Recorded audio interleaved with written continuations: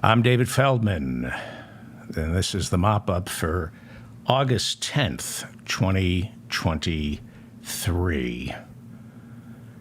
Well, 6 people are dead so far and 20 injured after fire ripped through the Hawaiian island of Maui. The BBC reports that authorities fear more could be found to be dead as search and rescue missions continue throughout the day.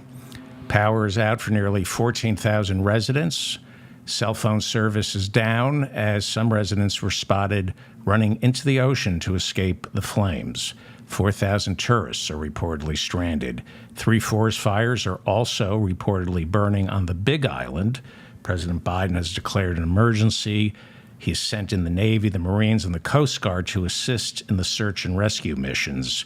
Several Black Hawk helicopters are now being deployed on the Big Island to help put out those fires.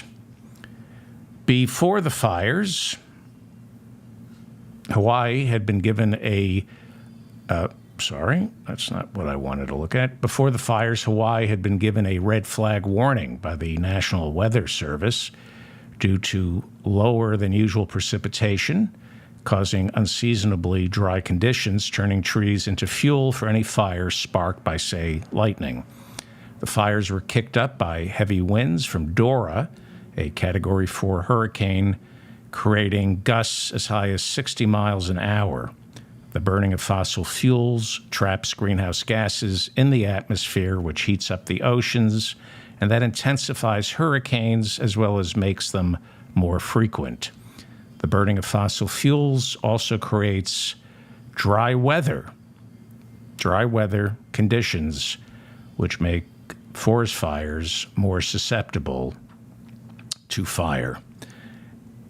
As I mentioned on yesterday's program, the National Oceanic and Atmospheric Administration's monthly climate change report said that as of July, the U.S. government has spent $15 billion so far this year rescuing people from flooding, drought, hurricanes, tornadoes, extreme cold, extreme heat, and fires.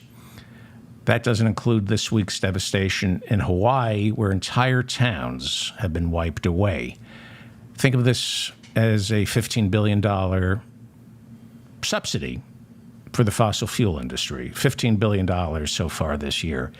You might have noticed the price of gasoline is down at the pump, but the price of gasoline rises with every new climate change disaster caused by the burning of fossil fuels. You don't pay it at the pump, you pay it through our government. ExxonMobil, which causes the fires, Chevron, which causes these fires, Shell Oil, they're not going to pay to rebuild Hawaii. You and I are, which is why Senator Bernie Sanders last week joined Senator Elizabeth Warren, and they called on the Justice Department to take the fossil fuel industry to court to sue them for damages, because we all know that the fossil fuel industry, especially Exxon, they knew they were heating up the planet. They knew they were heating up the planet as far back as the 50s. And instead of sharing the science, they suppressed it. President Joe Biden wrapped up a 4-day tour of the West, promoting his efforts to mitigate climate change. The president visited Arizona, New Mexico, and Utah, trying to convince Americans that he has done more to tackle greenhouse gases than any other president. And yet, a new poll shows 57% of Americans don't think Joe Biden's doing a good enough job on the environment. 57% of Americans don't think Joe Biden is doing a good enough job on the environment. He's not because Joe Manchin is a Democrat. He's not because the Republicans are in the pocket of the fossil fuel industry, and so are some Democrats, like Joe Manchin, Democrat who receives more money from the fossil fuel industry than anybody in Washington, D.C. He's a Democrat.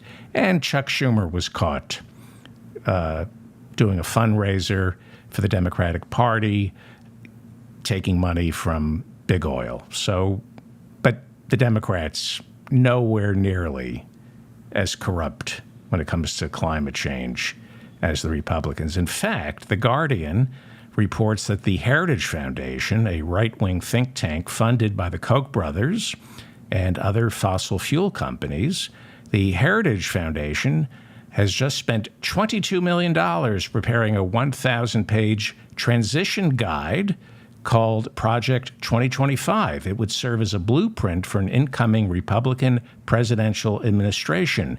It would be a guide, a blueprint for the administration on how to dismantle all the executive orders and legislation that Joe Biden and President Obama signed to mitigate the effects and causes of climate change.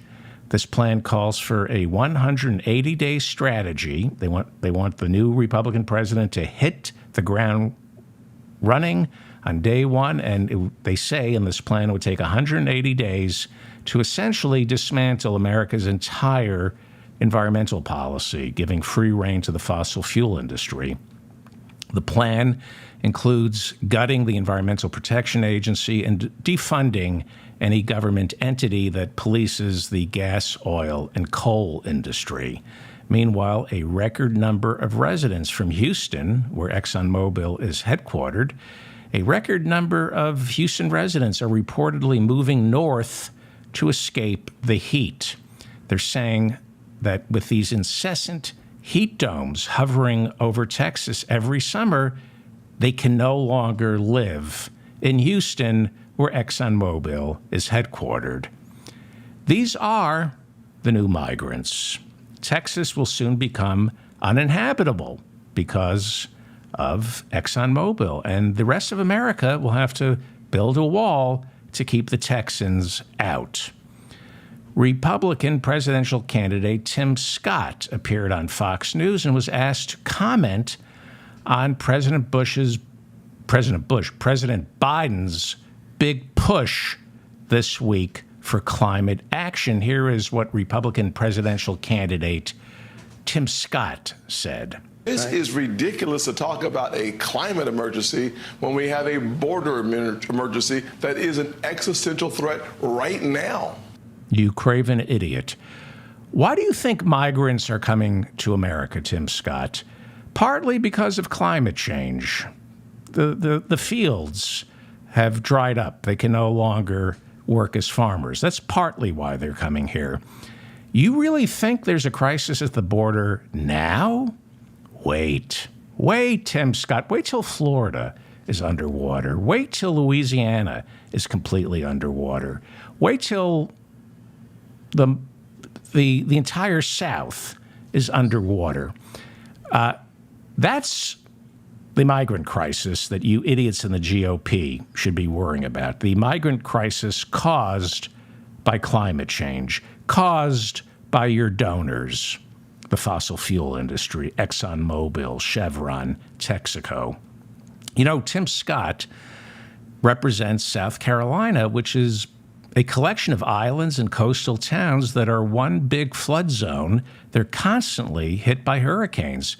So how many billions of dollars is the federal government going to keep wasting trying to fortify your shorelines, Tim Scott, until climate disaster wins, and it will win, and you just become migrants? You go, we can't live in South Carolina anymore.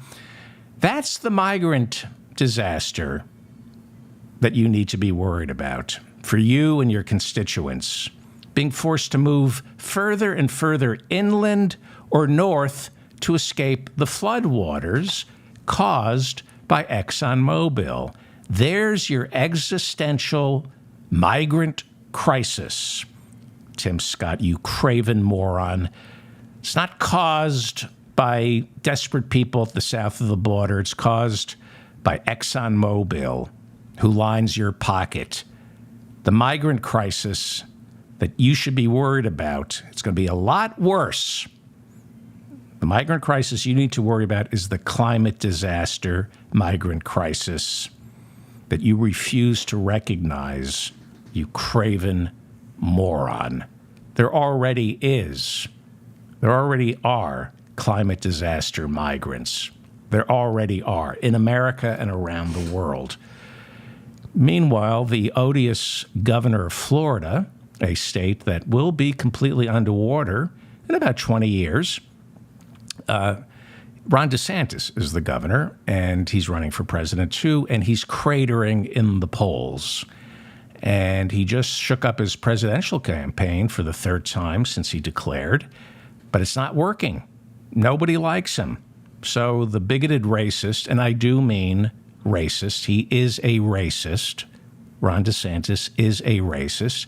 He's trying to stir up his base, and this is what he did on Wednesday. He suspended the Florida state attorney for Orlando. That would be Democrat Monique Worrell, who was democratically elected by the people. This is what fascists do. She was democratically elected by the people living in Florida's 9th Judicial District in 2020.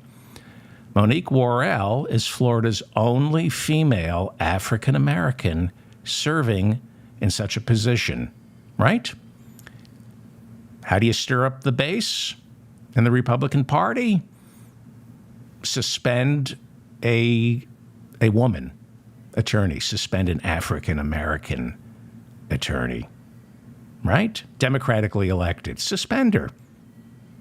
Because the Republican Party is a party of misogynistic, racist bigots. She is, by the way, the second democratically elected state attorney in Florida to be suspended by Ron DeSantis. These are attorneys, prosecutors who are democratically elected, and they're also Democrats. And he has found some loopholes and found a way to suspend them. Last year, he suspended Democrat State Attorney Andrew Warren. He was Tampa's top prosecutor. He was reelected by the people in 2020. But Andrew Warren announced that he would not prosecute crimes associated with abortion or gender care for minors, and Ron DeSantis suspended him. Warren sued, but a federal judge upheld DeSantis' suspension. This is what fascists do. They violate the norms. They look for little loopholes, and they go, you know what? The governor can suspend democratically elected attorneys. It's never done, but it's legal. So I'm going to do it. That's what fascists do. That's what John Eastman, the attorney, Kenneth Chesebro, the attorney, Rudy Giuliani, all those co-conspirators, Sidney Powell, that's what they do. They violate the norms. They look for loopholes in the laws to try to steal elections, to overturn democratically elected state attorneys, for example. So here is fascist, bigot, homophobe, misogynist, Ron DeSantis, probably a war criminal if we ever looked into what he did as a JAG officer down in Gitmo. There's some reports. Showtime won't run the documentary that Vice produced. He's probably a war criminal. Here is Ron DeSantis, who is more dangerous than Donald Trump, or at least they're equally dangerous. Here is the fascist Ron DeSantis on Wednesday announcing the suspension of the democratically elected lawyer, prosecutor Monique Worrell. Here is the fascist. Go ahead, Mein Führer. Prosecutors have a duty to faithfully enforce the law. Right, unless that prosecutor is Jack Smith going after Donald Trump for election interference, inciting an erection. There's something nobody can incite. Those January 6ers, nothing could incite an erection for them. That's why they're so violent. Unless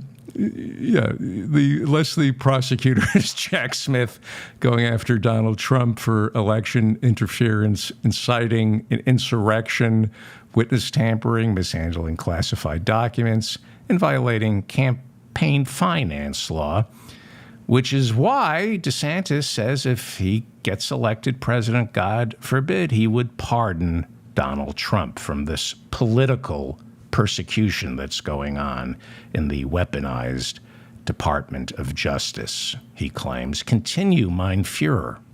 One's political agenda cannot trump this solemn duty. I'm sorry, what word did you just use? Trump. Okay. Trump, I see. And continue? Duty. Okay. The newly suspended... The newly suspended Orlando prosecutor, Monique Worrell, called DeSantis a fascist. Why? Because he's a fascist. Here she is after being suspended.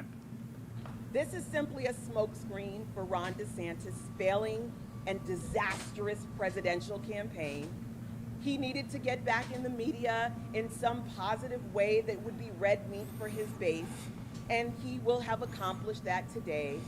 He will be in the news nationally and internationally for the individual who has single-handedly destroyed democracy in the state of Florida. Governor DeSantis, would you like to respond? Duty. Well, as reported yesterday, voters in Ohio rejected a referendum on Tuesday that would have made it harder in November to pass a state referendum enshrining a woman's right to an abortion into the state constitution. Right now, voters can change the Constitution with a simple majority. But pro-life activists introduced a referendum that was defeated yesterday. This is good news. And that would have required a 60% majority in order to change the Constitution. They introduced this failed referendum, fearing this November's abortion referendum will pass easily with a simple majority, and it probably will. Well, yesterday's referendum was defeated. It was defeated with both a simple majority as well as a 60% majority, which means in November there's a good chance Ohio, which has become a red state, will enshrine into its constitution a woman's right to an abortion. You see, I'm going to talk about fascists. I was reading Robert Reich, the former labor secretary under Bill Clinton, and he was talking about fascism. And one of the core tenets of fascism is misogyny. Authoritarians, fascists, have to control women. And one of the ways you can control women is taking away their bodily autonomy. This isn't about the little unborn babies. This is fascism. Fascism is controlling women. Follow Steve Crowder's divorce. I don't know if you know who Louder with Crowder is, but this is he went on his show and talked about his wife not performing her wifely duties, and he didn't want a divorce, but it's still legal in Texas for a woman to file for divorce. Fascists want to get rid of no-fault divorce. They don't want women to be able to get out of a marriage. Why? Because fascists want to control women in the public square and in the bedroom and in the home. They don't want women to have options. They don't want women to have options because fascists are abusive towards women. They don't want women to be able to get a divorce, to walk out on them. They also don't want the term marital rape to be used in our courts. You know, it wasn't until, I think, the 70s in most states that I think marital rape, there was no such thing as marital rape until the 70s. This is what the fascists in the Republican Party want to return to, the oppression of women. This isn't about fetuses. They don't give a shit about life. We know that. This is about keeping women in the home with their tongues basically ripped out, okay? So, and my advice to women is not to date Republicans. You've been warned. They are abusive. It is a repository for abuse. The Republican Party is a repository for sexually dysfunctional, sometimes impotent, sometimes closeted, violent men. You know, don't be surprised if you're in a relationship with a Republican and it turns violent. That's why they're Republicans. Fascists are misogynistic and they are violent towards women. That's part of the fascist. It's part of their platform to oppress women, historically, always. And the Republicans are no longer part of a party. They are part of a violent cult. They have no policy other than vengeance, revenge, sadism, violence, bloodlust, watching people suffer, including women, including black people, people who aren't Christian, the LGBTQ community. Why any woman would date a Republican is beyond me. Well, Carrie Lake is not happy that Ohio decided to make it easier to pass this constitutional amendment enshrining abortion into their constitution. You all remember Carrie Lake. She's the failed newscaster and failed candidate for governor of Arizona. Carrie Lake, who pretty much lives in Mar-a-Lago these days as she prepares her run for Senate in Arizona while shouting voter fraud at the top of her lungs in the hopes that Donald Trump will choose her as his running mate. Well, true to form, she lost, she says, in Arizona last year because of voter fraud. She was claiming voter fraud before people went to the polls, and that's her thing, voter fraud. And this is what she tweeted out. Let me see if I can find this. Can you see this? Sound familiar? Looks like she's talking about Ohio, took a page out of the Maricopa County Selections Playbook. Today is election day in Ohio, and the machines don't work. The swampy, never-Trumper Ohio Secretary of State was too busy running for another office to do his job, making sure election days run smoothly. Reminds me of the jackasses who run Maricopa County elections when they sabotaged Election Day to stop the will of we, the people, wake up America. Wait a second. Isn't the Secretary of State of Ohio a Republican?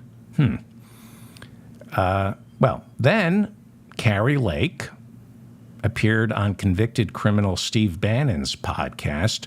Look up the fascist. I mean, this is like the OG fascist of MAGA. Steve Bannon, convicted criminal. Steve Bannon has a podcast. Look up his relationships with women. The house he had in Florida and what was going on there. Anyway, Carrie Lake appeared on convicted criminal Steve Bannon's podcast to suck up to Donald Trump by complaining about the lack of integrity and quality found in all his Republican challengers. She's upset that his Republican challengers don't have any policy to talk about. They just attack Donald Trump.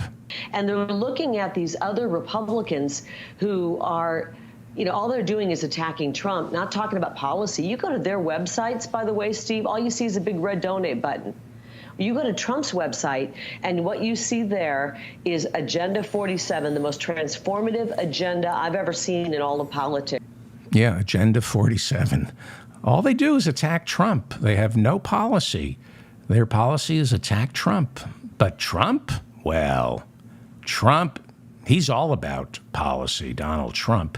Here is Donald Trump in New Hampshire this week talking policy. Here is Agenda 47, right? Donald Trump attempting to draw a distinction between Chris Christie's policy and Donald Trump's. Now, I got to warn you, this is Donald Trump talking policy, Agenda 47. It's a little wonky. It's a little deep in the weeds. It's a little inside baseball. But, this is what primaries are all about, the free market of ideas where Republicans are presented with different types of policy in order to make an informed decision when they go to the polls. Here is Donald Trump talking policy, drawing a distinction between his policy and Chris Christie's. No, Christie's, he's eating right now. He can't be bothered.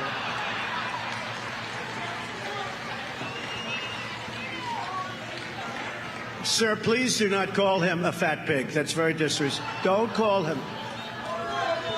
See, I'm trying to be nice. Don't call him a fat pig. You can't do it. You can't do that.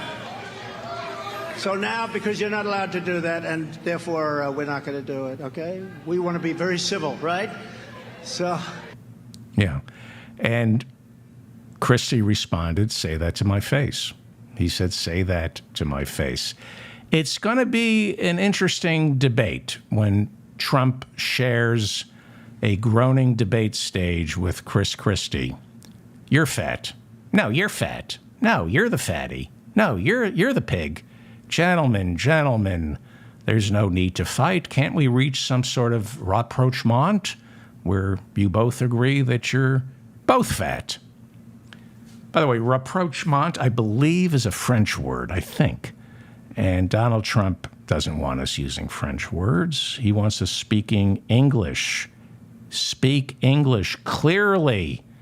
Only use English because he's all about the love of the English language. By the way, speaking of education, because this is largely about veterans, we are going to bring education back to the states so that each state will run 100%.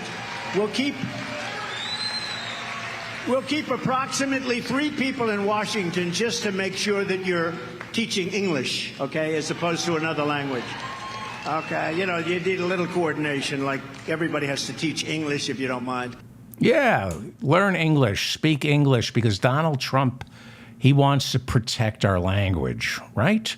Here is Donald Trump using the best words, showing off his Wharton education and using his rapier wit to fillet Joe Biden's Justice Department. And if you close your eyes, it's almost like hearing Oscar Wilde.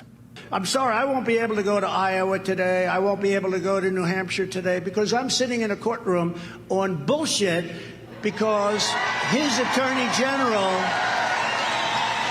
charged me with something. Terrible.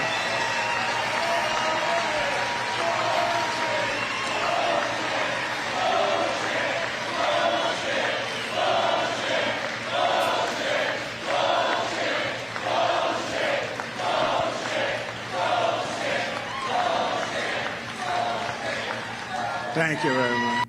We're all going to die. We're all going to die. We're all going to die. He says BS, and they cheer. He says BS, and they cheer. The crowd then starts chanting BS, BS, and he after they're finished shouting BS, he says, "Thank you very much. Thank you." They're literally chanting BS, and when they're done, he goes, "Thank you very much." As French writer Gustave Flaubert would call this le mot juste, the perfect word. That is le mot juste to describe Donald Trump, the word that they were chanting. That's what Donald Trump is always searching for, le mot juste, the perfect word, because he's so smart. He's so smart. And his followers are so smart. They love the English language. That's why they don't want anybody speaking anything but. We love the English language. And, a Trump rally, I've been to a couple. You're in a rarefied atmosphere. It's a room full of linguists chanting bullshit, bullshit, bullshit. They are protectors of our glorious language because they are the guardians of civility. The subject then turned to his impending indictments in Georgia. Now, the Fulton County District Attorney, Fani Willis, has reportedly convened a grand jury for next week so she can present evidence to indict Donald Trump and possibly 19 other co-conspirators for election interference. So former President Donald Trump made his case to his followers to prove his innocence. Here is Donald Trump appealing to our sense of reason by methodically proving her accusations against him to be false. He is sober, reflective, clearly demonstrating that he is someone you want in the Situation Room during a national emergency. And I probably have another one. They say there's a young woman, a young racist in Atlanta. She's a racist. And they say, I guess, they say that she was after a certain gang, and she ended up having an affair with the head of the gang or a gang member. And this is a person that wants to indict me. She's got a lot of problems. What a great legal mind Donald Trump has. Fani Willis is an African American, and she's a woman. And therefore, Trump is innocent because he's white and she has to be a racist. Letitia James, the state attorney general of New York, is African American. She's a racist, right? The judge, Chutkan in Washington, D.C., she's a racist. See the logic here? It makes perfect sense. I mean, he didn't even go to law school, and he's thinking in syllogisms. I mean, he's amazing. He says that, or he implies, he says Fani Willis tried to have a relationship with a gang leader who she was also trying to prosecute. Ergo, Donald Trump is innocent. I mean, you learn that your first year in law school, and he didn't even go to law school. So this is this is how it's degenerated. We've gone from whataboutisms to look what I just pulled out of my ass-isms. He just lies about Fani Willis. It used to be what about? It used to be, okay, you accuse me of sexually harassing women, but so did Bill Clinton. Now it's, I can't be guilty of election interference because special counsel Jack Smith's paternal grandfather might have been a Muslim. Oh, okay. So anyway, if you remember, we're going to die. We're all going to die. He's going to get us all killed. If you remembered, but we'll be laughing. You see, DeSantis will get us all killed too, but we won't be laughing. Trump, it's fun. It's fun. It's fun to die this way. So if you remember, Donald Trump is accused of election interference in Georgia. He is accused of calling Georgia's Secretary of State right after the presidential election and strong-arming him into making Trump the winner instead of Joe Biden.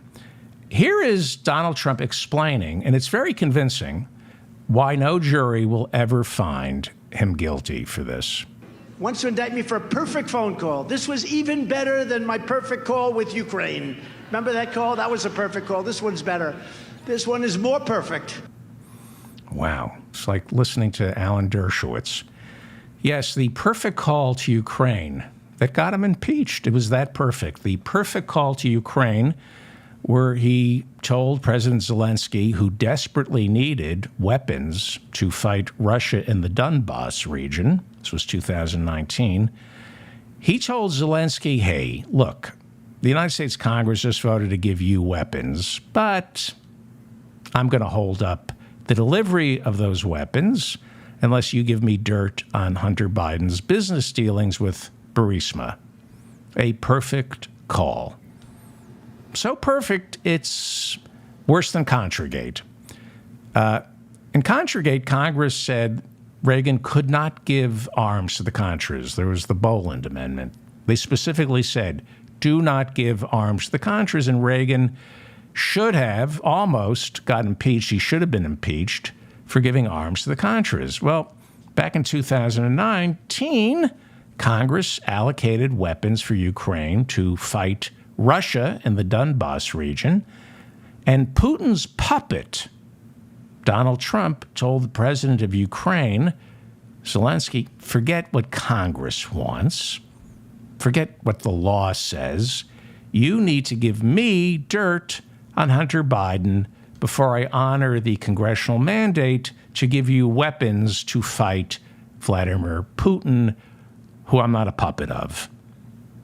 A perfect call. That's what he called it, a perfect call. Violating an act of Congress, politicizing America's foreign policy, and proving beyond a reasonable doubt that you are, in fact, a puppet of Vladimir Putin. You are slowing down a shipment of weapons to Ukraine, Putin's enemy. A perfect call.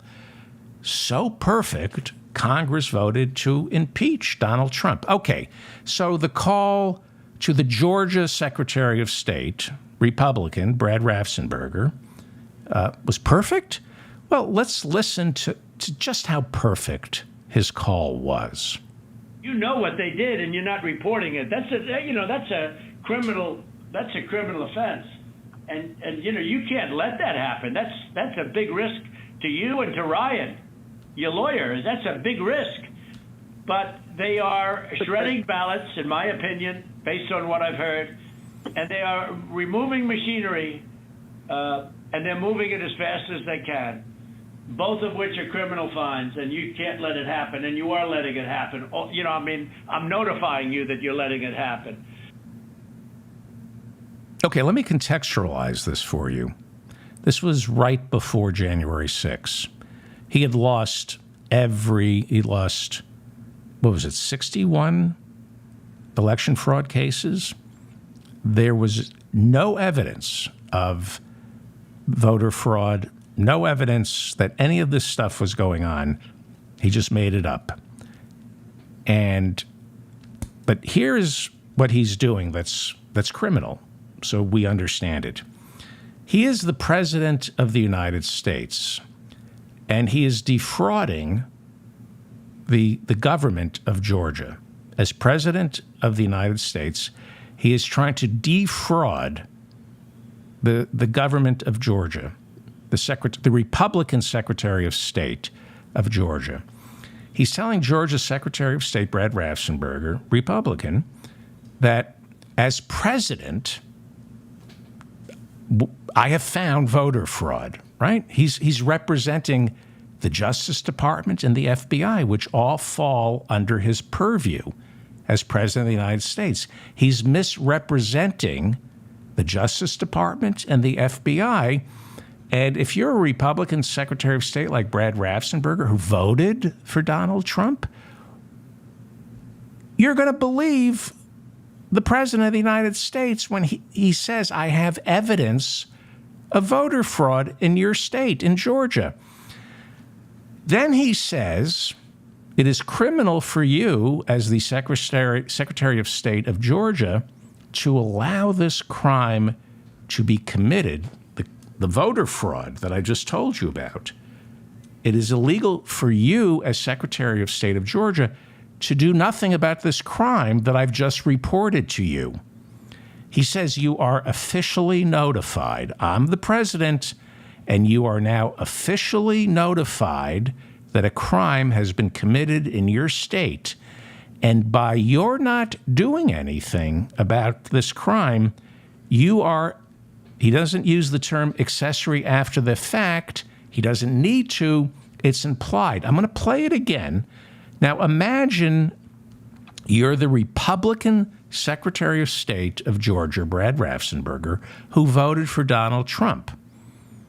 You trust him. You voted for him. The Justice Department, the FBI, he has access to all the great investigators. So you believe that he's being told by the Justice Department and the FBI that there's evidence of voter fraud in Georgia. Listen to the threat. Listen to how he's threatening the Secretary of State of Georgia. Listen.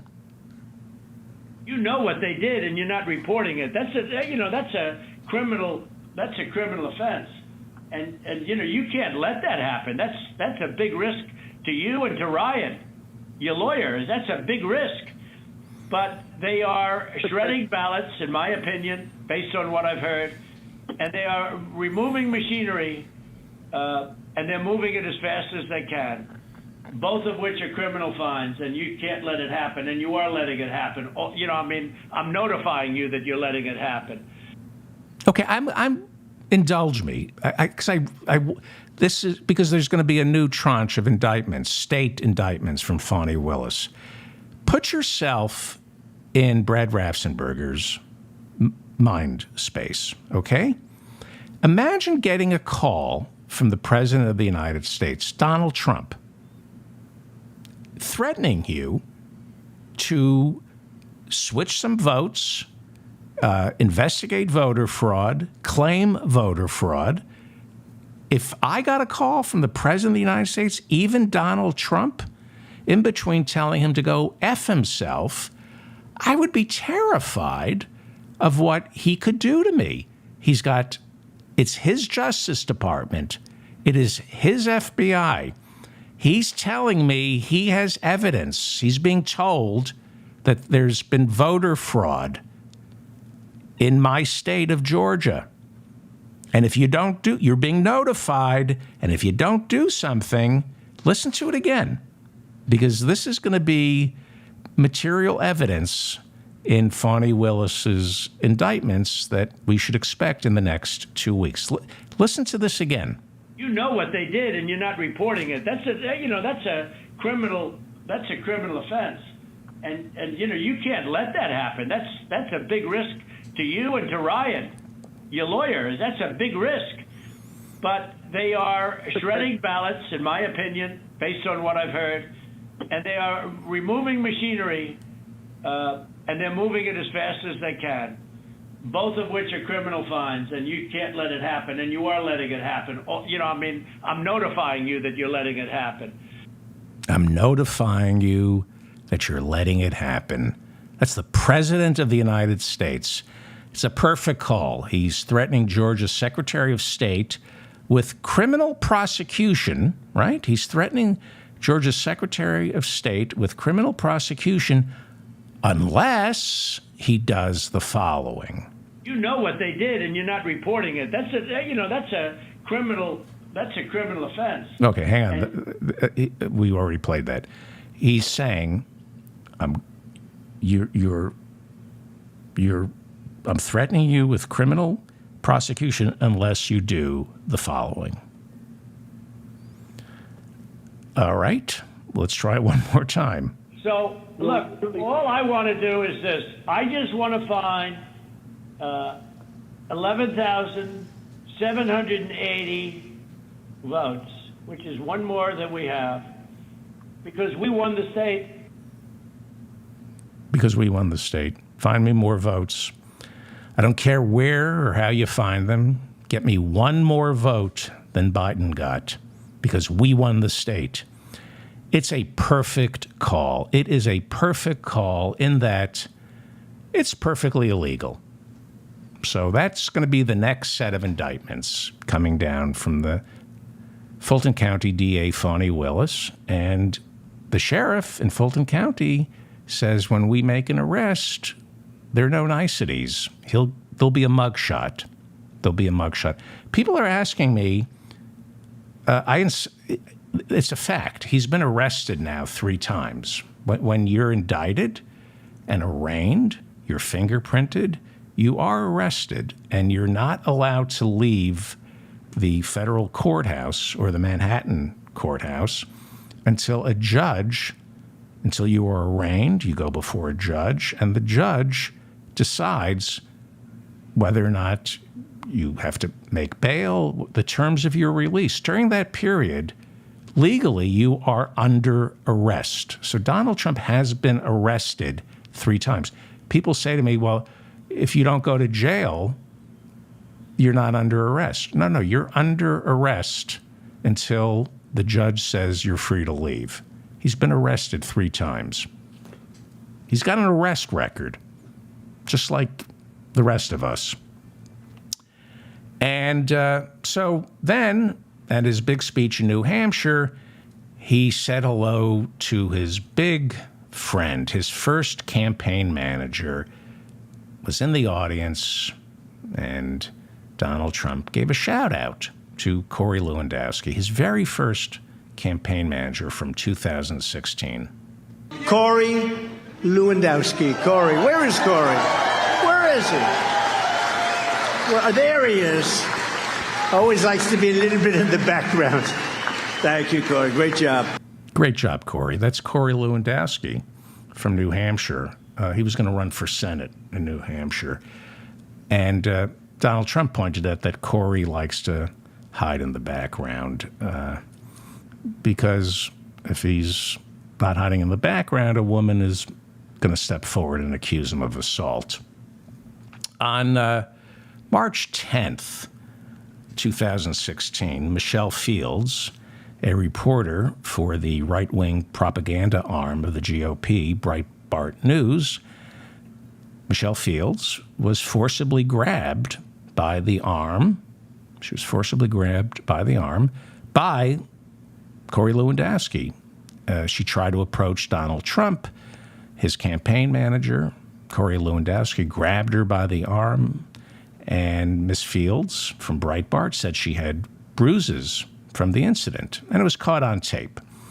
2 weeks later, Corey Lewandowski was arrested for battery down in Florida. I believe it was Jupiter, Florida, and the Jupiter police decided not to press charges against Corey Lewandowski, Donald Trump's first campaign manager, even though the Jupiter police chief said they had probable cause that Corey Lewandowski grabbed the female reporter from Breitbart News by the arm.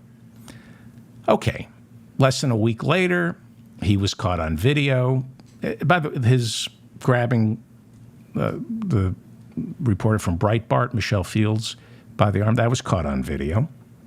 Then a week later, Corey Lewandowski was caught on video during a campaign stop in Tucson, Arizona, where he grabbed a protester by the collar. He denied it, but it was on video for everybody to see, and it kind of dropped because it was a Trump rally, and violence is to be expected. And I believe it was a man, okay? And soon Lewandowski was replaced by Paul Manafort, who went to prison, and then he got pardoned, but that's a whole other story. And Lewandowski, Corey Lewandowski, was still floating around Trump's orbit when he was accused of drunkenly making unwanted sexual passes at the wife of a donor during a Trump fundraiser. I believe this was in 2021. Let me go full screen here. A Donald Trump donor is accusing Corey Lewandowski, one of the former president's longtime aides, of making unwanted sexual advances towards her at a Las Vegas charity event over the weekend. Trashelle Odom, the wife of Idaho construction executive John Odom, alleges that Lewandowski repeatedly touched her, including on her leg and buttocks, and spoke to her in sexually graphic terms. Odom said that Lewandowski stalked her throughout the evening. That's a great first name, Trashelle Odom. Trashelle. That's a good nickname. Okay. Great job. Yeah, great job. So he denied it, Corey Lewandowski, but then he got kicked out of the super PAC, the Trump super PAC that he was running because of the allegations of unwanted sexual advances. Okay. And then what happened next? Then there was a singer, Joy Villa, female, says she was assaulted by Corey Lewandowski, that they were at a fundraiser and he slapped her on the buttocks, and she told him that's sexual harassment, and he said, I don't work for Trump anymore, and he smacked her on the buttocks again. And great job. And, you know, it just continues. The stories continue. Corey Lewandowski wanted to run for Senate in New Hampshire, but then his Speaker's Bureau dropped him. He was on CNN, by the way. CNN hired him. But the Speaker Bureau that he was working for dropped him. Okay, let's go full screen here. Lewandowski has drawn widespread criticism for remarks he made on Fox News on Tuesday when former senior Democratic National Committee advisor Zach Petkanis talked about, quote, a 10-year-old girl with Down syndrome who had been, quote, taken from her mother and put in a cage. Lewandowski dismissed the anecdote, saying, womp, womp. You know, this. Funny.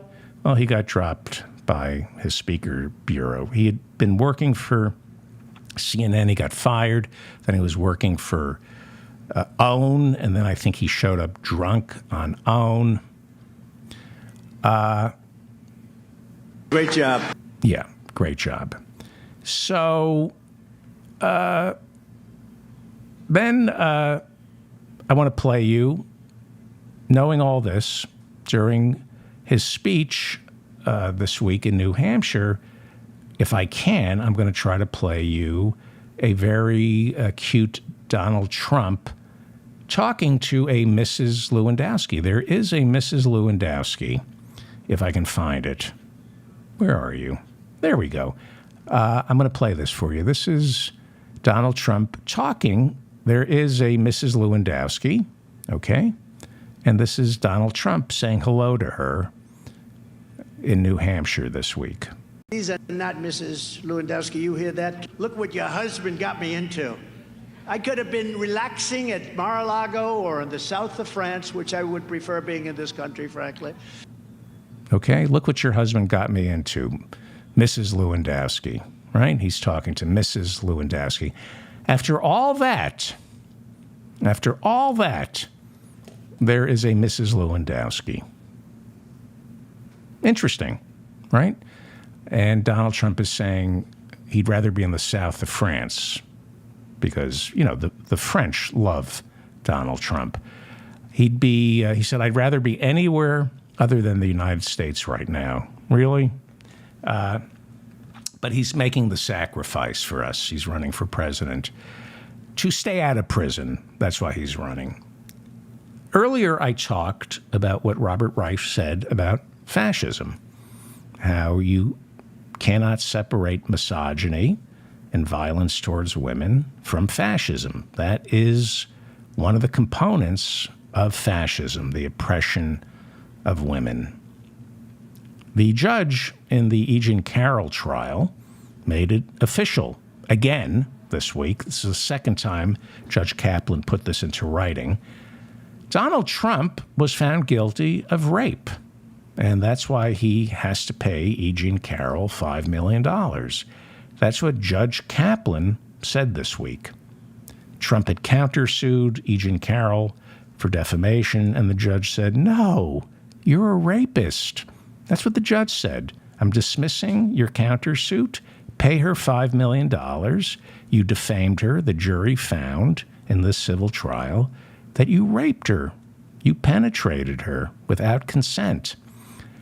Donald Trump is a rapist. This is what fascists do. This is who fascists worship. Rapists. 30 credible sexual assault allegations against Donald Trump. It helps him. It doesn't hurt him with the Republican Party. It helps him. The Christian evangelicals who support him, they don't care about the fetuses. They care about oppressing women. They believe E. Jean Carroll deserved to be raped.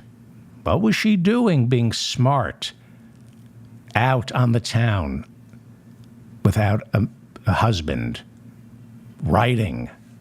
What was she doing? She deserved to be raped. That's what fascists believe, because fascists are rapists. They sexually assault, they emotionally abuse women. Donald Trump was found guilty of rape. Rudy Giuliani, Trump's number one co-conspirator in last week's indictment. I wish I had time to go over the sexual harassment case that's he's up against. He's accused of rape. He's accused of chomping on Viagra and rape. Now, Corey Lewandowski has not been accused of rape. But assault, there seems to be a lot of accusations against Donald Trump's very first campaign manager, Corey Lewandowski. A lot of assault. In the White House, Hope Hicks dated a gentleman named Rob Porter. He was a top White House aide. And he had to leave the White House because his ex-wife accused him of physical abuse.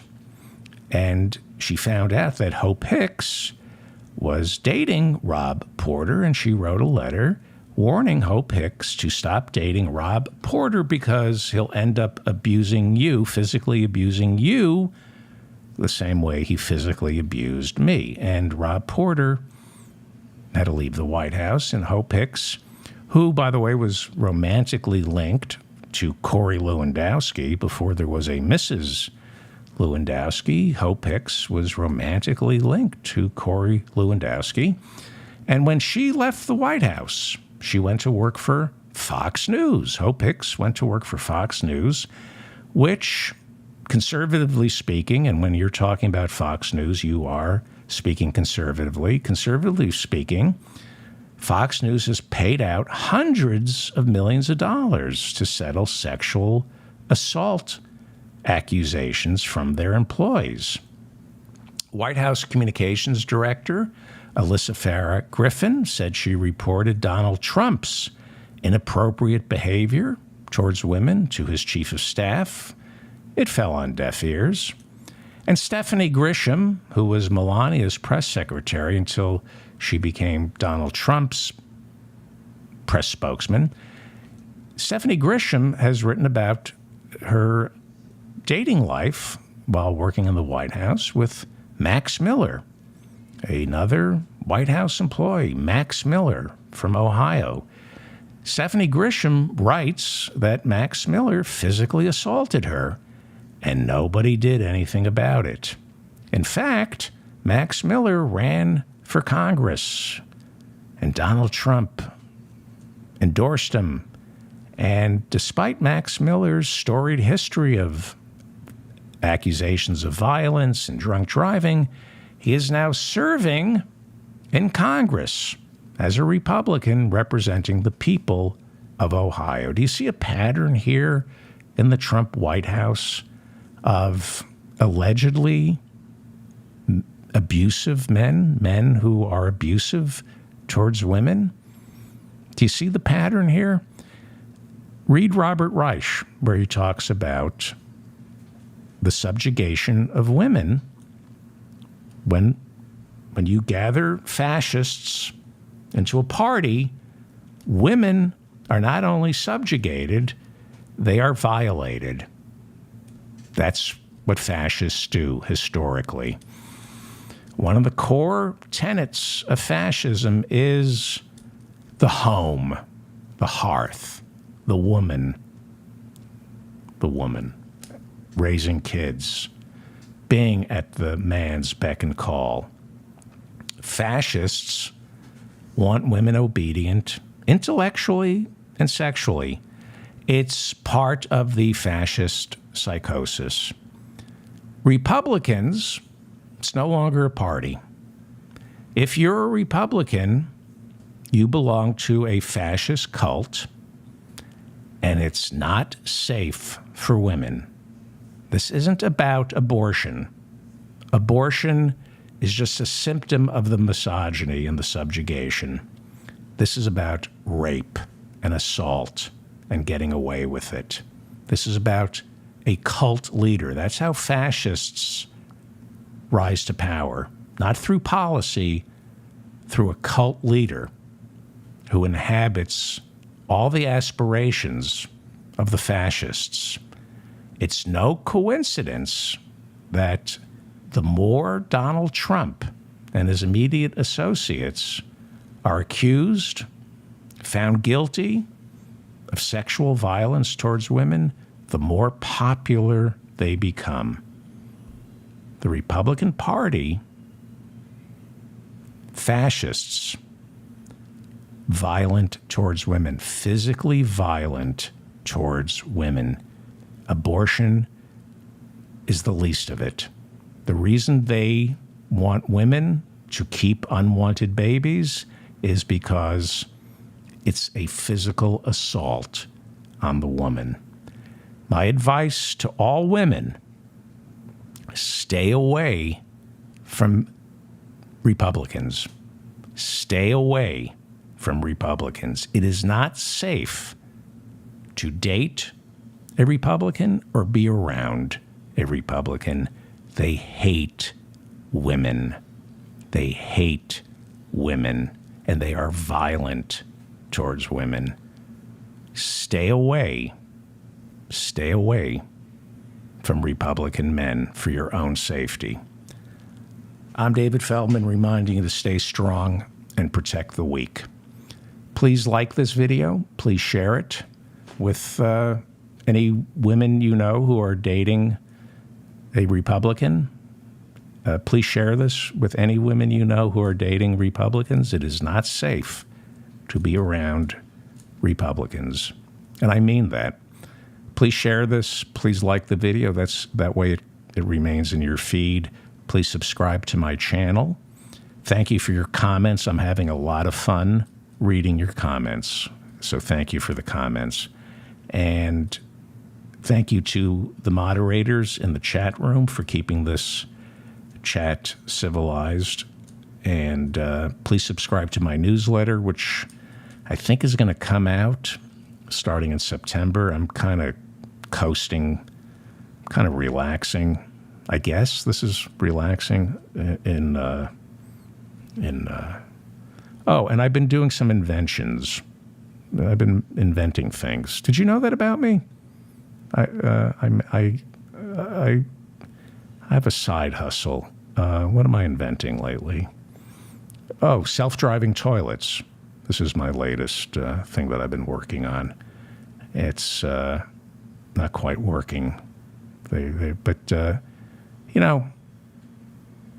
break thing. Oh, this is great. You know how you walk a dog, but you don't want to clean up after. This is a potty, like you can walk your dog, and if you got a bad back, you don't have to clean up after the dog. What else do I have here? Isn't that great? I'm going to start selling these. I have to find a factory overseas that will make these cheaply. This is just the prototype. Look how happy the dog is. Wouldn't you buy that? Wouldn't you spend $200 if you have a dog and you hate cleaning up after him? Isn't that great? What else have I invented? Oh, for people who pee in your pool. This is, this way they'll stop peeing in your pool if you do that. And what else do I have here? Yeah, that stops people. You see, I think this is where I'm going to make all my money. Yeah, we've already seen that. I don't know what that is. I live in New York. It's